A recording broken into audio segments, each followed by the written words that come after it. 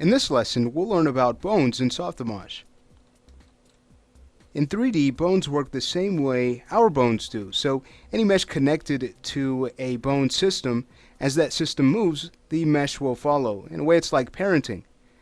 Now, what's neat about Softimage bones is that they come with some extra features that I find very helpful. So let's say we go ahead and work with the bone chain tool in Softimage just to become more familiar with it. And we'll work with this asset, and by the end of it, we'll have the system drive this robotic arm. So this is going to be really neat. Underneath Create, we'll head over to the skeleton menu and choose the 2D chain tool. That's selected. I'm going to head over to the top view.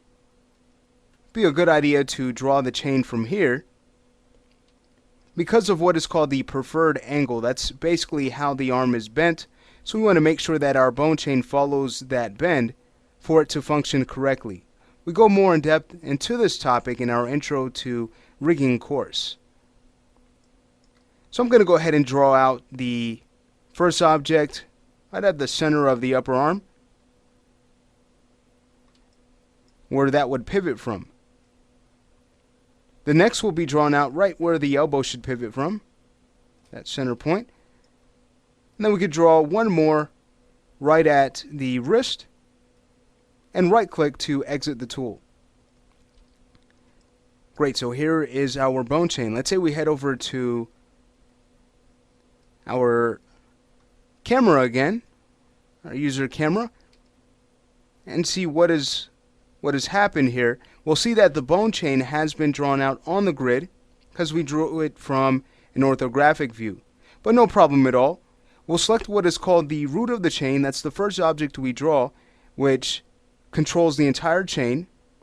We understand hierarchies now, so basically all that we see here following this first object we've created, all of these objects are parented underneath this first root. Alright, so with the root selected, I'm going to go to the Move tool with the V key, and we can go ahead and just bring this up. Now it's kind of hard to see the bone chain, so if you'd like, you can head over to the Display Type menu and make sure X-ray is turned on. Much better. Okay, great. So we can now go ahead and select a bone and start to rotate it, and that gives you an idea kind of how helpful the bones are going to be. Notice they're already in a hierarchy automatically upon creation. What's great is that we not only are able to rotate our bones, but we can do what is called inverse kinematics. Now, before we get too far into inverse kinematics, we first need to understand what forward kinematics, or FK, does, or what it is essentially. What FK is basically rotating a bone. That's basically what forward kinematics comes down to, rotating a bone down a hierarchy. So inverse kinematics, what's neat about it is that we are able to inverse the rotation of our bones as we move our inverse handle. So what is that useful for?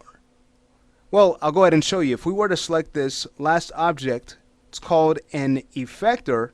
This is our IK, or inverse kinematic effector, and what this does is allows us to inverse the rotation of our bones as we move this with our Move tool. So you could see that this would be very useful for arm animation, or even leg animation if we were to rig a leg instead.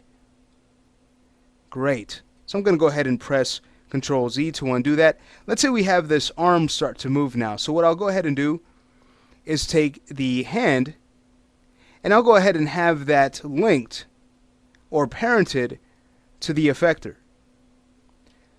So selecting the hand, we can go to our parent tool. We can now middle click on the effector, and now the hand has been made a part of the effector's hierarchy.